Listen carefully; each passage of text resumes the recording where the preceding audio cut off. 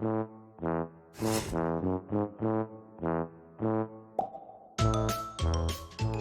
عم عوكل، يا عم عوكل، اقف عندها وهوهو، اي حد هيفتحها لك. جرى ايه يا ادريس يا اخي؟ شكلهم قاعدين يفرجوا على بعض شيء وشويات واحنا بنتفرج. ياه، ده الموتور بتاعها جامد جدا. فيه ناس بره عايزينك يا حاتم بيه. الله، المفتش فولومبو. سكوت يا فطومة، الفكرة بتستوي. تعرفي لو طلعت فكرة بايخة هنعمل فيكي ايه؟ بالراحة عليها يا كيسة، أنا فهماكي.